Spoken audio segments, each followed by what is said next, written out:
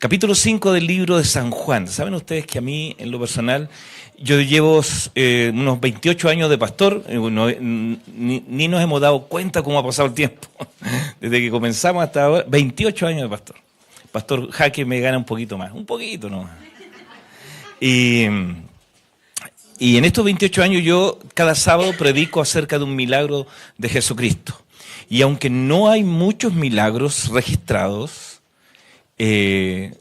Jesucristo hizo mucho más que eso, ¿no? De hecho, dice el libro de San Juan que no tendríamos para poder contener en libros todo lo que Jesucristo hizo. Sin embargo, solamente registran aproximadamente unos 40 milagros. Poco, ¿cierto? De todo lo que además hizo Jesucristo. Y yo diría, tengo 40 sermones entonces. Pero cada vez que uno vuelve al milagro que Jesucristo hizo, al relato, al momento de Jesucristo, pareciera que es como un cofre lleno de tesoros que uno nunca deja de aprender algo de ese relato. Quizás a usted le ha pasado, ¿no? Ha estudiado un texto bíblico, una historia, un relato, y pasó el tiempo, volvió y encontró cosas distintas, o un mensaje diferente ahora para usted en este momento. Capítulo 5 de San Juan, este es un milagro. En algunos los evangelios se le llaman los sinópticos, ¿no? Que son especies de resumen, miradas de la vida de Jesucristo desde ángulos distintos. Mateo, Marcos, Lucas, Juan vieron el relato de Jesucristo desde un prisma diferente. Y en algunos casos se repite el relato o el milagro o la historia en varios evangelios. En este caso, esta historia solamente aparece en el libro de San Juan. Y de todos los relatos o los lugares bíblicos que la arqueología ha estudiado, este es uno de los lugares más estudiados de todos. Y de hecho, si usted tiene la oportunidad de ir o se ha ido en el guía turístico, le va a decir, este es posiblemente el pozo de Jacob.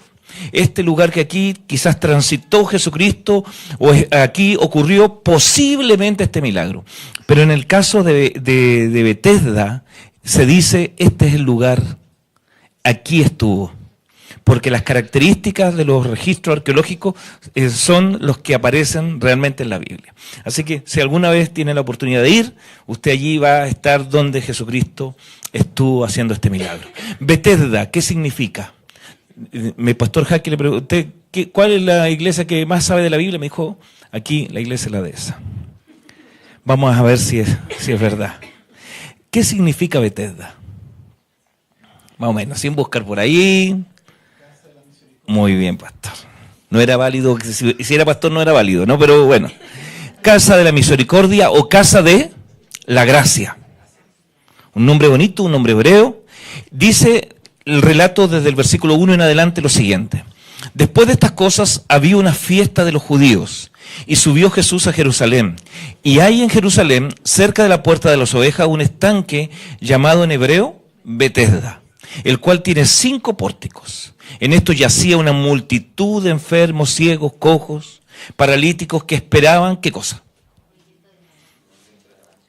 Ahí ustedes conocen este relato, quizás en tantas ocasiones. Hace poco, algunas películas en Semana Santa uno tiende a repasar ahí lo que Jesucristo hizo. Pero como este es uno de los lugares más estudiados, yo quiero decir algunas cosas en relación a Betesda.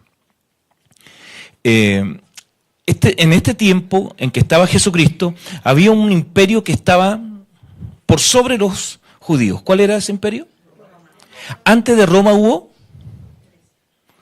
¿quién es? ¿Cierto? ¿Quién estuvo primero? Babilonia, después, y después, entonces antes de Roma, ¿quién estuvo? Muy bien.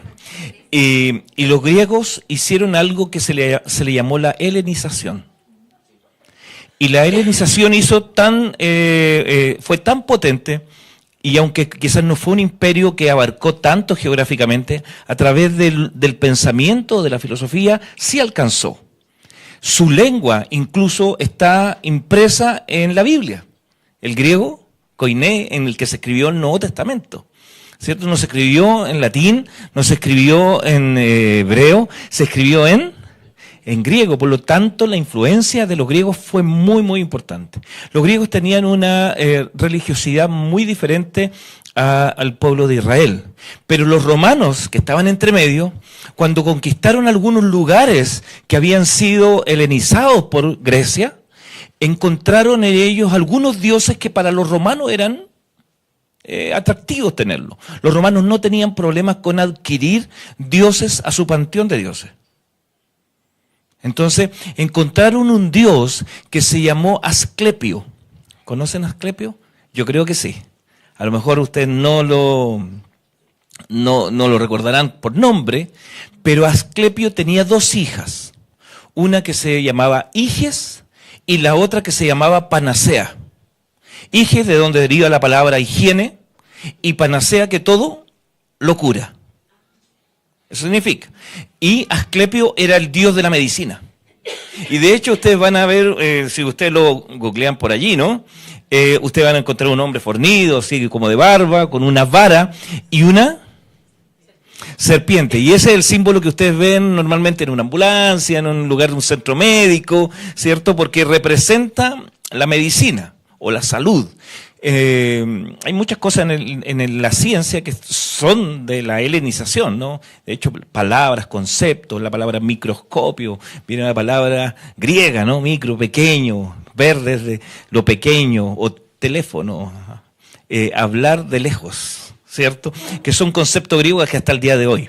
Pero fue tan potente los griegos que influyeron en el poder romano, y los romanos adquirieron a Asclepio como uno de sus dioses, porque dijeron, bueno, si vamos a la batalla y alguien se enferma o viene una peste, vamos a tener a Asclepio como Dios y vamos a poder adorar a Asclepio y vamos a tener salud.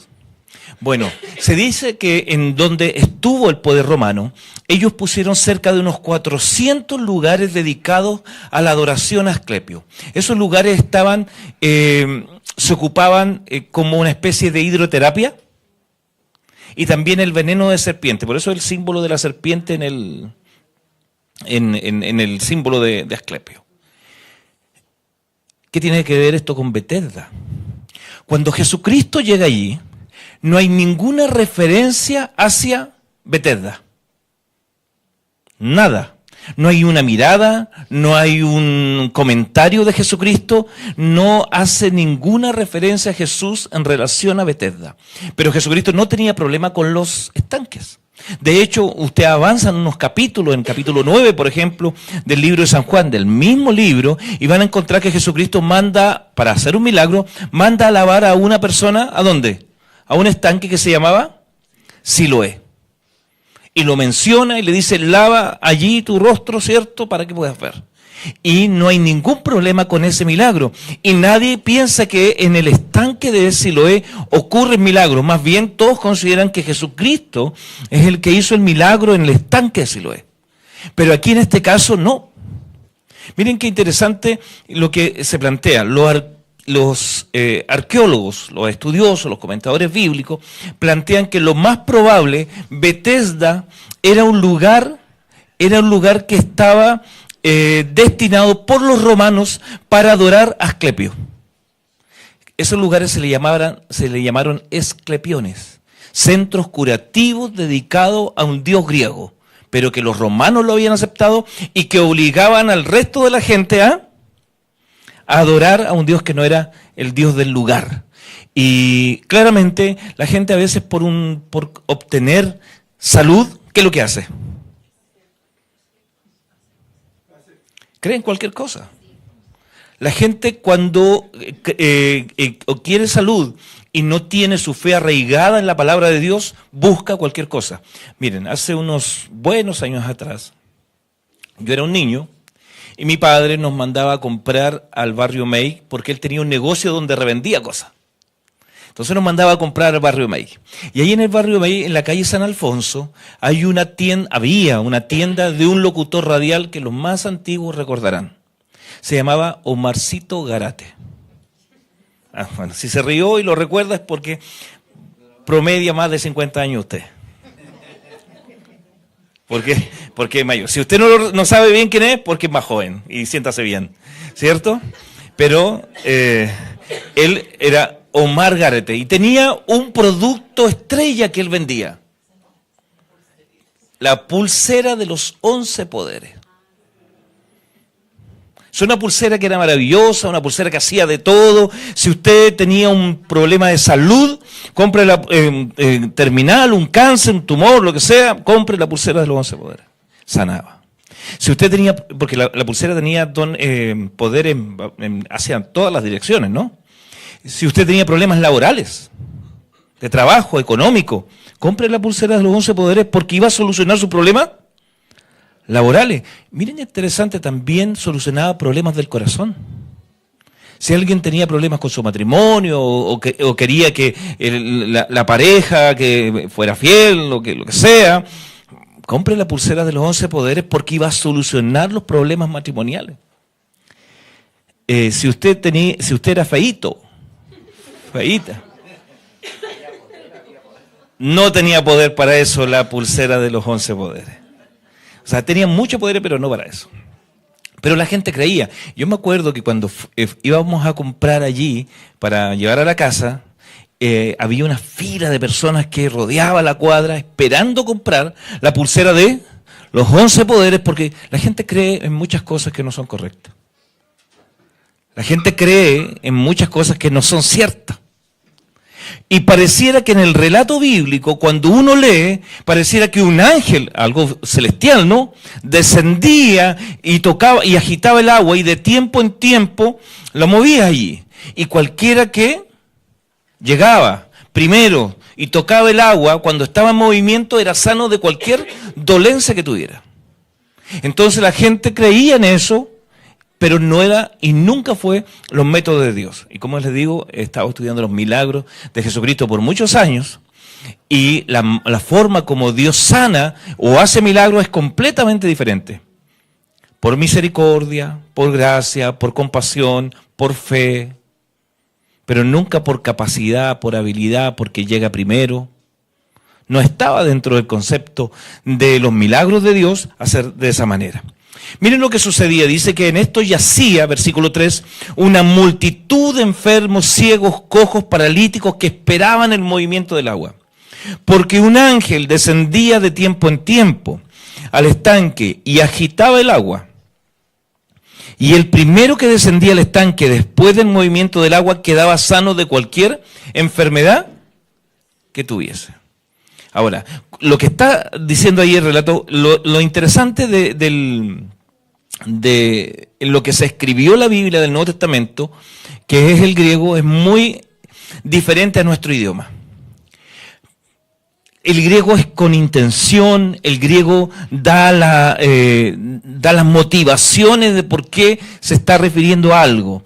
En cambio, nuestro idioma es mucho más parco.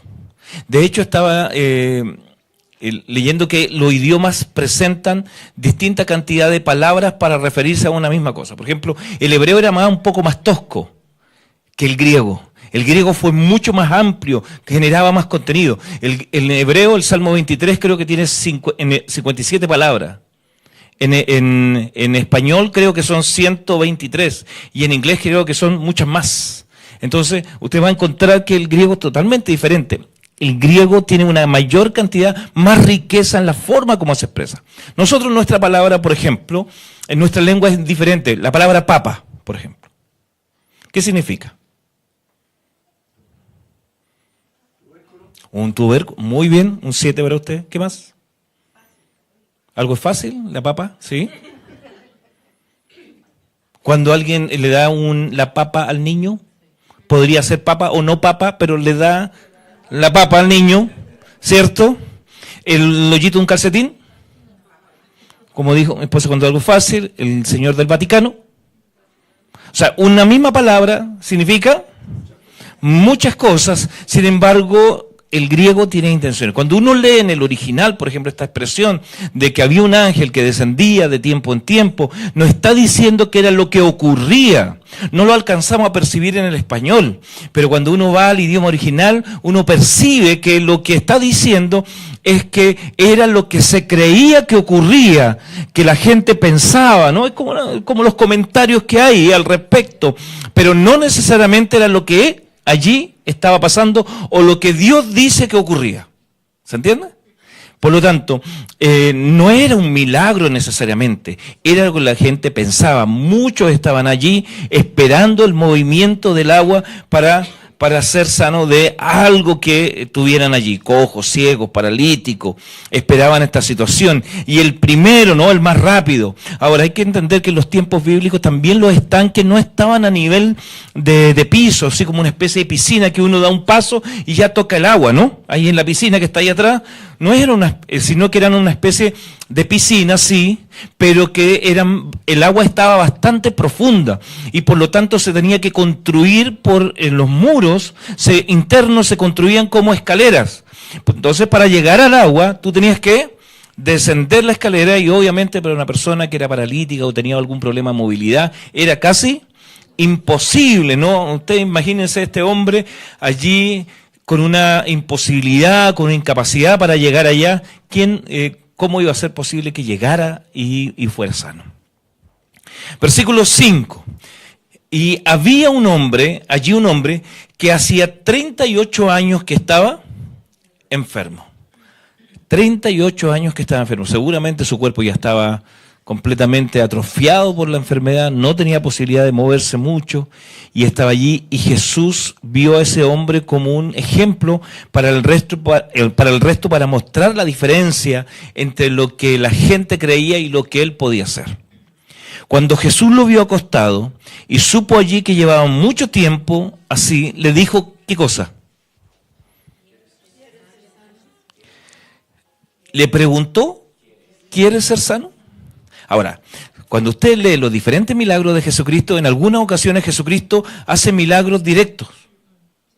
Por ejemplo, la mujer que perdió a su hijo ahí en la ciudad de Naín, ¿recuerdan?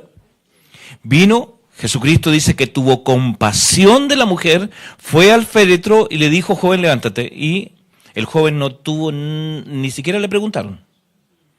O sea, Jesús hizo un milagro con ese joven y punto.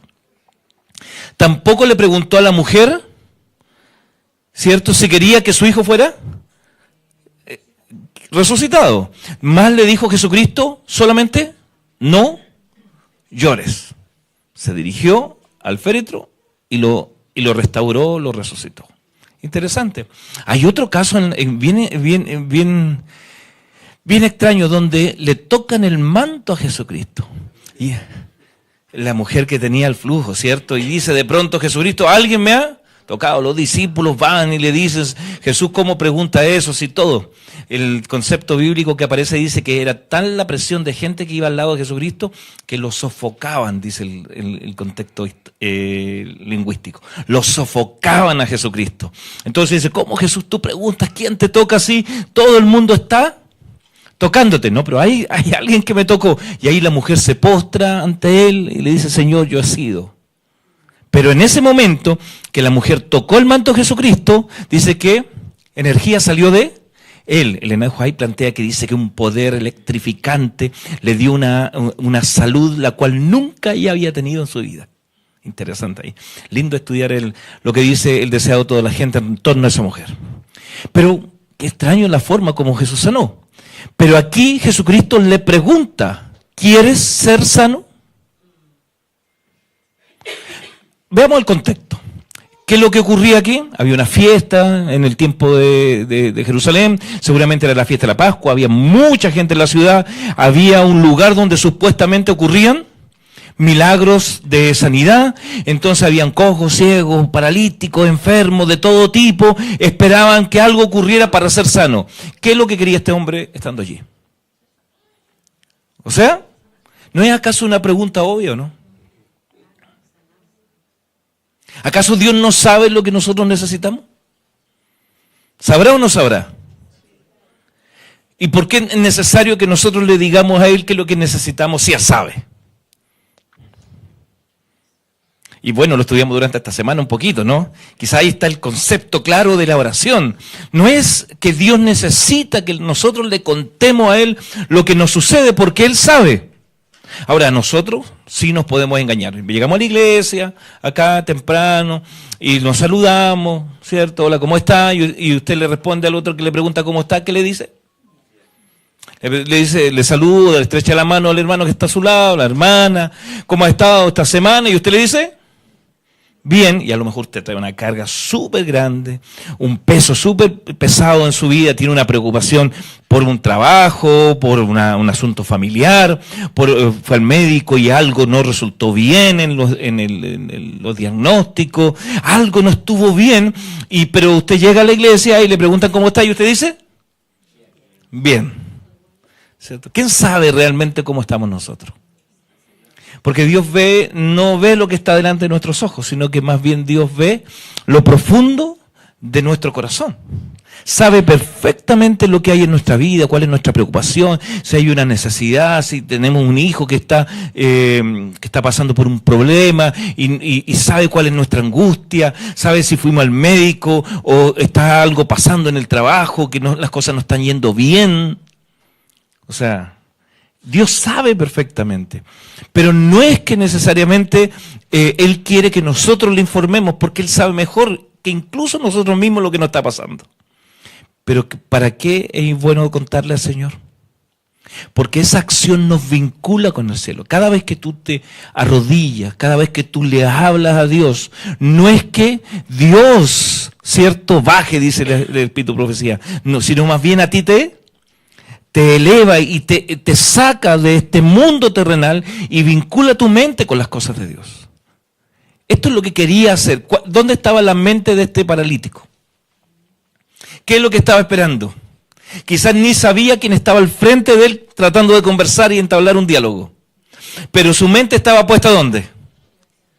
Ahí, en que en algún momento se moviera el agua. Pero ¿qué es lo que hace Jesucristo al preguntarle, ¿quiere ser sano? Es sacar su mente de las cosas terrenales y vincular su mente con las cosas de Dios. Eso es lo que Dios quiere. Cada vez que tú te apartas en el día, en algún momento, y conectas tu mente con las cosas de Dios, te saca de este mundo de alguna forma, ¿cierto?, espiritual, y te conecta, te vincula con las cosas de Dios. Le pregunta ahí, ¿quieres ser sano? La pregunta obvia, pero necesaria para esto, y el hombre podría haberle respondido, ¿qué cosa? Antes que lean el texto bíblico ahí. ¿Qué le respondería a cualquier persona? ¿Quiere ser sano? Sí, por supuesto, ¿no? Sí, quiero. Sin embargo, miren lo que le responde. Yo les voy a decir lo que sería en el idioma original, porque lo más probable que ahí uno dice otra cosa, ¿no? Señor, le respondió el enfermo, no tengo quien me meta en el estanque. Pero cuando uno lee en el idioma original, lo que él le dice, Señor, no tengo a nadie. Busquen ustedes ahí en un interlineal, en internet, usted va a encontrar eso. Señor, yo no tengo a nadie, soy solo. No le dice, sí, quiero ser sano. Le dice, Señor, ¿cuál es el problema de él? No tengo a nadie. Yo creo que esa es la miseria más grande del ser humano. La soledad. No sé si hay alguien que se llame Soledad aquí, pero... ¿No? Ya. Pero la soledad es lo más terrible que el ser humano puede vivir.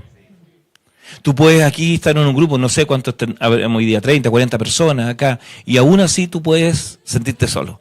Puedes venir a la iglesia, estuviste estudiando la escuela sabática, escuchaste el sermón, compartiste con los hermanos, después viniste a la clase bíblica, llegaste a la noche, te sentaste a la orilla de tu cama y te sentiste solo. A pesar de que tú en tu casa viven muchas más personas, tienes familia, vives en un edificio, un condominio, una casa, lo que sea, ¿no? Lleno de personas por todas partes, o trabajas en algún lugar donde hay muchas personas, pero aún así llegas a tu casa y te sientes solo. Interesante. Lo más terrible del ser humano yo creo que es la soledad. Y aquí hace un alto el relato para hablar acerca de eso. Hace unos años atrás... ya deben ser unos 3 años atrás, donde ustedes saben que para subir al Everest hay que contratar personas, los montañistas contratan personas para, ¿sí?, Sherpa o algunos de otras nacionalidades como pakistaní, para que puedan subir con ellos y llevar todas las cosas. Creo que los grandes montañistas son los Sherpas, ¿no? Porque ellos llevan toda la carga y los montañistas llevan la implementación. Cuesta bastante caro subir al Everest. Dicen que entre $70 y $100,000 cuesta pagar todo este dice, esa aventura. Algunas personas muertas allí. Y hace unos 3 años atrás, usted lo pueden googlear por internet o buscar por YouTube, está el registro, lo pueden buscar así. Pakistaní muere en Everest. Y el diario decía, pakistaní muere en el Everest completamente solo. Así. Pero uno dice, pero ¿cómo se iban más personas, no?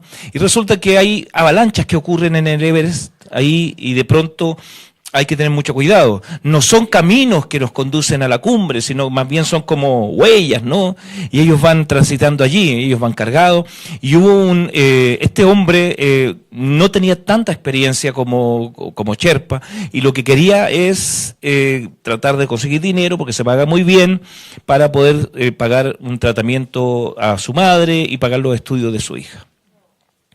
Y sufrió una avalancha, ocurrió una avalancha y lo pasó a tomar la avalancha y lo dejó muy mal herido.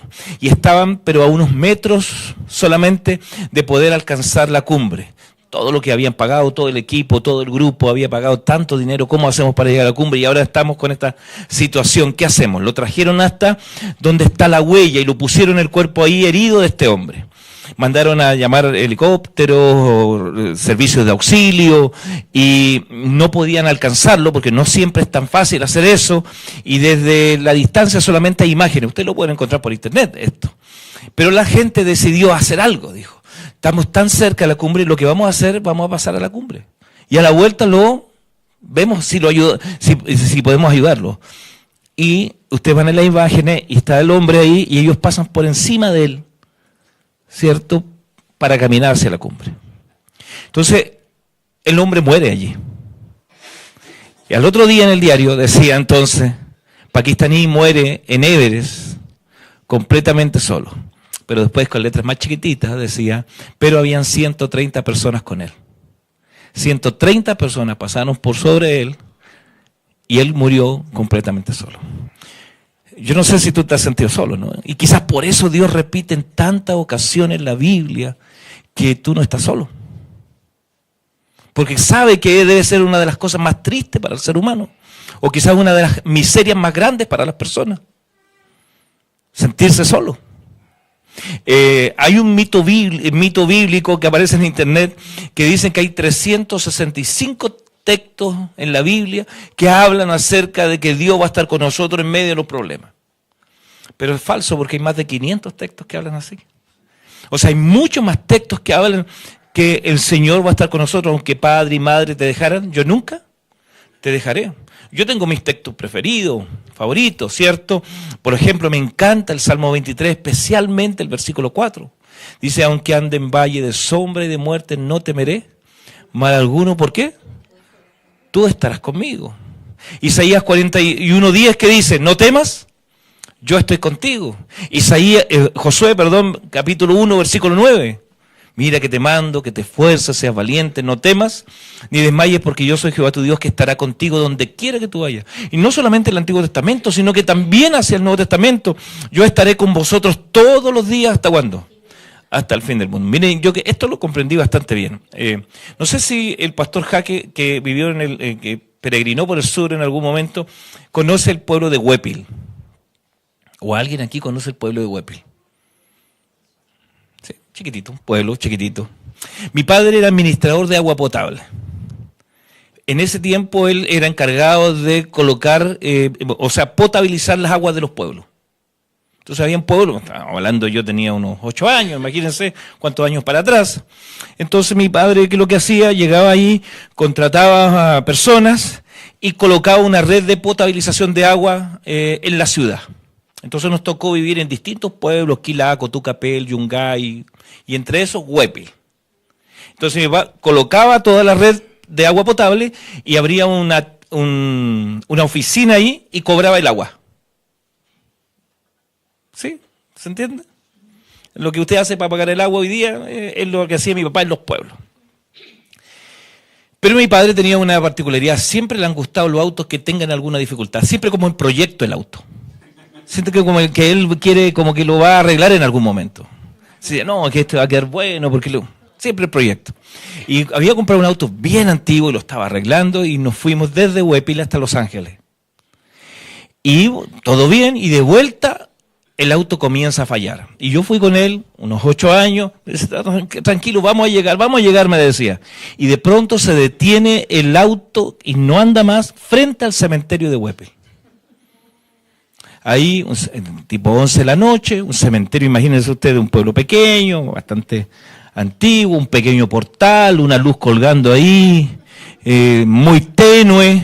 Y mi padre dice, José, mira, quédate aquí, cuida el auto, yo voy a ir a la casa a buscar herramientas y vuelvo, dice. Uno dice, ya se va a hacer el valiente, ya papá, yo aquí me voy a quedar cuidando el auto. Y yo después, hasta el día de hoy, se lo cobro a mi padre. Porque, qué miedo, ¿no?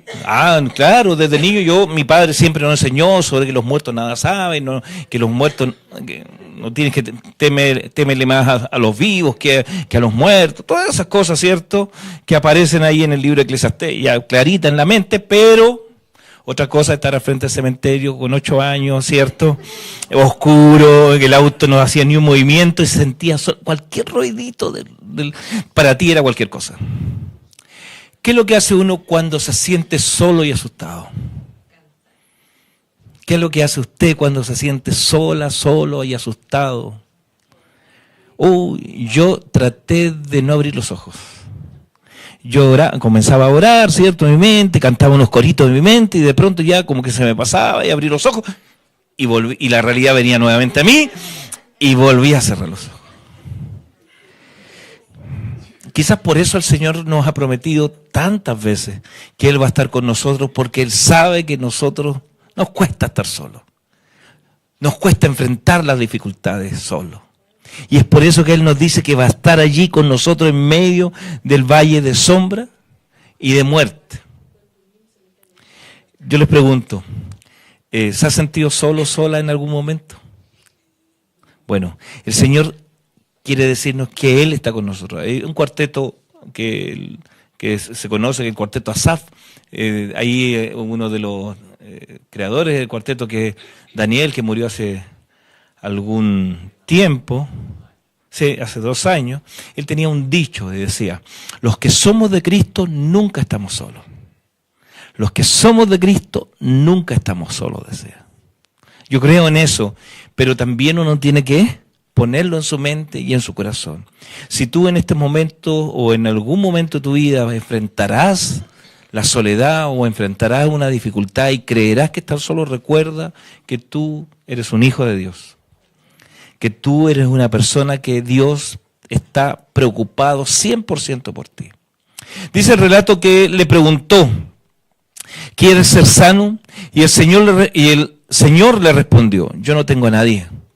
No tengo a nadie que me acompañe. Yo estoy completamente solo. Por eso que cuando el agua se mueve, todos van y llegan antes que yo. Cuando el agua se agita y entre tanto que yo voy, otro desciende antes que yo. Jesús le dijo, entonces cuando él pudo vincular su mente con las cosas de Dios, Jesús le responde, levántate, toma tu lecho y anda. Al instante aquel hombre fue sanado y tomó su lecho y anduvo, era día de reposo aquel día. Interesante este relato. Porque comienza a decir en los primeros versículos del capítulo 5 que había una multitud de personas, pero él se sentía solo. Que llevaba 38 años enfermo, pero dice que al instante fue sanado. Hace un tiempo atrás trabajé como 10 años en Temuco. Y ahí por unos años fui evangelista en la Asociación Suraustral. Así que me tocaba viajar harto, pero un día que llegué a la oficina, en el WhatsApp de la oficina ponen muchas cosas propias de una oficina, ¿no? Como alguien dejó mal estacionado, está mala la puerta, así que no ocupen esa, cosas por el estilo, ¿no? A tal hora comienza el culto. Y entre todas las cosas queremos pedir para que oremos por un niño que está muy grave en el hospital. ¿Ya? Entonces yo me quedé con ese pedacito, ¿no? Y le fui a preguntar a la persona quién era ese niño o qué había pasado, ¿no? para poder orar con mayor información. Entonces me dicen, no, lo que pasa es que alguien que conoce a alguien, que conoce esa familia, pidió que oraran. Era una familia que no... Es un matrimonio que le había costado mucho tener hijos. Mucho tener hijos. Y fueron a compartir con una familia al campo, con otros amigos que también tenían otros niñitos, y se fueron a jugar por allí y llevaron un arma de estas de aire comprimido que nosotros le llamamos de postón, ¿no? Que aunque es un balín de poco calibre, también puede causar daño, ¿no? Y se pusieron a jugar ahí los niños y de pronto se disparó el arma y entró por su naricita el balín y quedó en su cabeza. Y ahí fue grave al hospital y estaba al borde de la muerte. Entonces los papitos pidieron a todos lados que por favor les ayudaran a pedir a Dios. Ellos no eran adventistas, sino que tampoco eran participantes de alguna iglesia. Pero en esos momentos tú te aferras a Dios, ¿no? Porque no hay otra. El médico te dice, oye, aquí está muy grave la situación, no sabemos qué hacer. Y bueno, y ahí ellos se pusieron a pedir a todos lados que por favor se acordaran de Dios, ¿no? Y que le pidieran por su hijo, que tanto le había costado tener. Bueno, pasaron como unos 10 días y el niño falleció. Terrible. O sea, no solamente lo trágico de la muerte, sino que las culpabilidades que también esto trae, ¿no? ¿Por qué estuvimos allí? ¿Por la otra familia, los otros niños? ¿Por qué teníamos esta arma? ¿Por qué no nos acompañamos cuando ellos se fueron al campo? Etcétera, ¿no? Tantas cosas. Y la familia que había pedido a la iglesia adventista, que estaba cerca de su casa, que oraran por su hijo, la iglesia supo que el hijo había muerto. Entonces dijeron, bueno, ¿por qué no vamos a visitarle y vamos a orar por ellos? Algunos dijeron, pero estarán tan dolidos que a lo mejor no nos quieran recibir o no quieran que nosotros hagamos esto por ellos. Bueno, pero no perdemos nada, vamos a visitarle.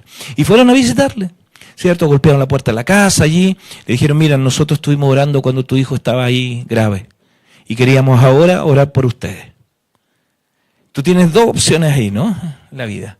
Tú, cuando pasa algo tan grave como esto, tú te puedes enojar con Dios y rechazar todo lo que venga de Él. Y por otro lado, tú puedes abrir la puerta de la esperanza, ¿no? Y ellos abrieron la puerta, dejaron entrar a los hermanos que fueron. Le dijeron, bueno, vamos a orar. Leyeron un texto bíblico, algo muy sencillo, ¿no?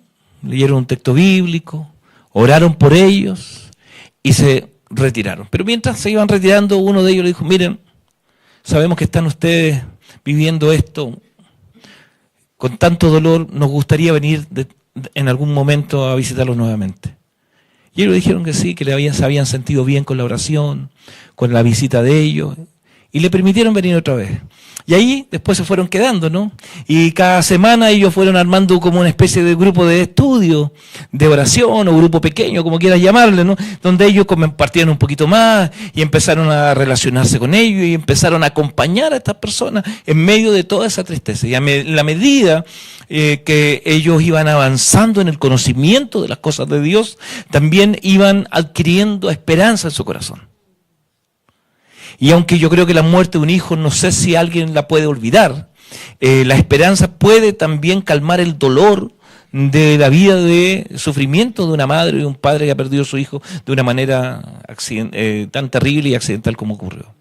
Bueno, pasar el tiempo y ellos se tomaron la decisión de acompañar al grupo a la iglesia. Y empezaron a asistir a la iglesia y acompañar, empezaron a ser parte de la iglesia los acogió, los abrazó, entendió todo el dolor y ellos estuvieron con él. Y de pronto ellos tomaron la decisión de ser bautizados. Así que se bautizaron justo en la inauguración de esa iglesia, que es una iglesia bonita que se había construido, y pasaron los dos al bautisterio, y ella quiere tomar unas palabras de gratitud, ¿no? Entonces ella toma el micrófono y le dice ahí, previo a su bautismo, que estaba muy agradecida de Dios porque en los momentos más difíciles sintió la compañía de Dios y de los hermanos. Que a pesar de lo terrible que había sido todo este proceso, ella había sentido que no estaba sola, que había sentido que Dios la había cuidado y acompañado. Y ahora más, decía. Y quiero dar gracias a Dios porque ahora nos dio la oportunidad de esperar nuevamente a un nuevo hijo. Y contó que estaba embarazada, ¿no? Y más aún dice, estoy embarazada de 2. Yo sé que nosotros no podemos reemplazar a un hijo con otro, ¿no? Pero de alguna forma es la mano de Dios tocando la vida de esa persona y diciendo, tú no estás sola. Es el cariño de parte de Dios. Hay un fariseo, un rabino judío, que al final de la sinagoga, después de predicar, se levanta, él prepara unos dulces, unos bombones especiales, que él prepara como rabino. ¿Lo podría preparar usted, Pastor Jaque? Al final y pone en fila a todos los niños. Al final de todo, ¿no? Y pasa a los niños y les da un bombón y pone la mano sobre la cabecita de él y le dice, este es el cariño de parte de Dios. Y el niño toma el bombón, no lo come dentro de la iglesia, sale afuera, lo va probando y dice, este es el cariño de parte de Dios. No estoy solo, Él está conmigo. Él me abraza, Él pone su mano sobre mí. Yo no sé si tú llegaste a la iglesia hoy día con alguna preocupación. La tienes calladita, estás en silencio. A lo mejor tienes una preocupación por un hijo, por tu esposo, por tu esposa, por el trabajo. Y crees que de pronto esto uno lo carga solito. Pero Dios está dispuesto para estar con nosotros en todos los momentos, todos los días y hasta el fin del mundo. Yo no sé si hay alguien en esta mañana que quisiera que oráramos de manera especial por usted, para que Dios ponga su mano sobre su cabeza, independiente cuál sea la situación, y para que Dios pueda expresar su cariño sobre su vida. ¿Hay alguien que le gustaría que oráramos por usted? ¿Sí? ¿Le gustaría ponerse en pie para que Dios pueda escuchar esa petición? Y vamos a orar. Querido Dios, gracias te doy porque tú eres bueno con nosotros. Este mundo no es para nada sencillo y fácil y ocurren cosas muy tristes y preocupantes para nuestras vidas. Pero tenemos la seguridad de que no estamos solos, que tú estás con nosotros. Queremos que tú pongas la mano sobre nuestras vidas en esta mañana. Y si hay algo por lo cual nos preocupa y nos entristece, Señor, no queremos experimentar esto de manera en solitaria, sino que queremos que tú vayas con nosotros en esto. Aquí varias personas se han levantado porque necesitan de tu bendición. Señor, pon tu mano poderosa sobre sus vidas. Tú conoces qué están viviendo, cuáles son las razones por las cuales ellos se pusieron de pie, pero por sobre todas las cosas tenemos la claridad de que tú nunca dejas solos a tus hijos, sino que los acompañarás en todo momento, bajo toda circunstancia, y no solamente por un tiempo, sino que hasta el fin de este mundo. Pedimos tu bendición, Señor, en el nombre de Jesús. Amén.